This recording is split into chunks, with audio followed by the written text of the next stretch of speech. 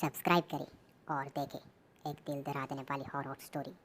बिना घबराए bell icon press करना ना भूलें।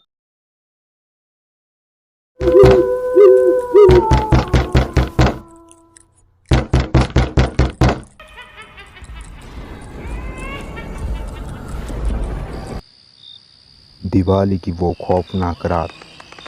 सब लोग यह तो जानते हैं दिवाली जगमगाती रोशनी और लाइट्स का त्यौहार है, पर जो ज़्यादातर लोग नहीं जानते वो यह है कि दिवाली की रात अमावस्या की रात होती है और हर अमावस्या की रात काली शक्तियाँ सबसे ज़्यादा ताकतवर हो जाती है।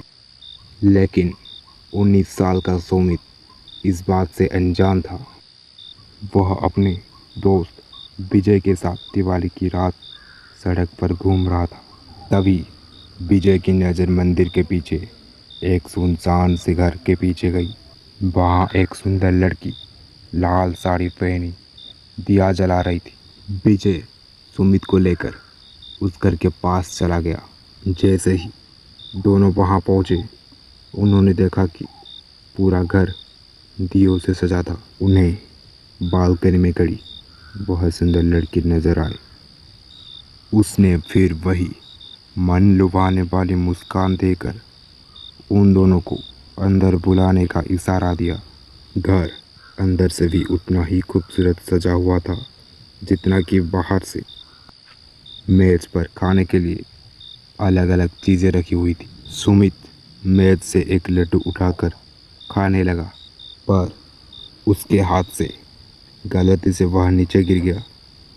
जैसे ही सुमित लड्डू उठाने के लिए नीचे झुका, उसने देखा कि मेज के नीचे एक भयानक काली परछाई थी जो सुमित को देखते ही कहीं गायब हो गई। सुमित जैसे ही विजय को यह बताने ऊपर उठा, उसने देखा कि विजय सीढ़ियों के ऊपर खींचा चला जा रहा था।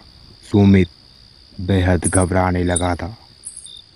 फिर अचानक घर में पायल की आवाज़ आने लगी, जैसे कि कोई लड़की एक कमरे से दूसरे कमरे जा रही हो।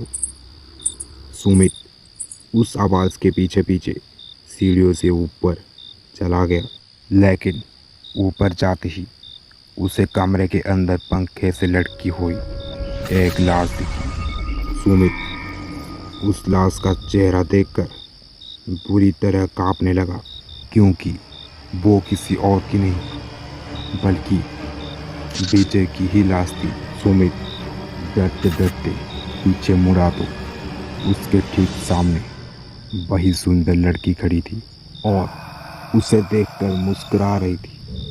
पर इस बार सुमित को वह मुस्कान मन लुभाने वाली नहीं बल्कि बेहद डरावनी लग रही थी। अचानक घर की सारी लाइट्स बंद हो गई। वह घर धीरे धीरे एक खंडहर में बदल गया। वह लड़की अब भी सुमित को देखकर मुस्कुरा रही। अचानक लाल साड़ी पहनी हुई उस लड़की के बाल सफ़ेद और लंबे होने लगे और आंखें एकदम लाल पड़ गई। चेहरा एकदम डरावना हो गया। सुमित उसे देखकर एकदम सुन्न पड़ गया था। वह लड़की हाथ में चाकू लिए सुमित की ही तरफ बढ़ रही थी। सुमित ने किसी तरह अपना होश संभाला और बिना कुछ सोचे सीधा घर से बाहर भागा। लेकिन वह लड़की अभी भी सुमित के पीछे पीछे आ रही थी। वह लड़की सुमित को मारने के लिए अपना हाथ उसकी तरफ बढ़ाया, लेकिन सुमित तब तक बाहर निकल गया था। उसने जल्दी से घर का दरवाज़ा बाहर से बंद कर लिया। वह लड़की उस दरवाजे को अंदर से बहुत ही तेज से ठोक रही थी, लेकिन अचानक ठोकने की आवाज़ बंद हो गई और फिर सुमित को उस लड़की की चीखने की आवाज़ सुनाई देने लगी, जैसे वह उस घर के अंदर कैद हो गई हो। सुमित वहाँ से जल्दी से निकला और अपने घर जाकर चुपचाप सो गया। अगली सुबह सुमित उठा तो उसकी माँ ने बताया कि उसका दोस्त विजय कल रात से लापता है। तब सुमित ने पूरा किस्सा अपने माँ को बताया। माँ ने उससे कहा कि कई साल पहले दिवाली की रात एक लड़की ने उस घर में आत्महत्या की थी। तब से उसकी आत्मा उस घर में भटकती रहती है। किसी को कभी पता नहीं चल पाया कि उसने आत्महत्या क्यों की थी और उस घर में कोई भी नहीं जाता। यह बात सुनकर सुमित पूरी तरह से हिल गया। वह यह यकीन करना चाहता था कि जो भी उसके साथ हुआ वह एक बुरा सपना था।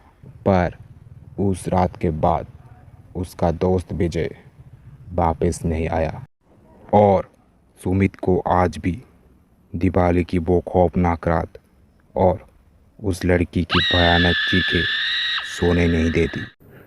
तो दोस्तों, हमारी कहानी अच्छी लगी हो तो हमारे चैनल को सब्सक्राइब करना और साथ में बेल आइकन को ऑल पर दबाना ताकि ऐसे चिलिंग हॉरर स्टोरी सबसे पहले आप तक पहुंच सके।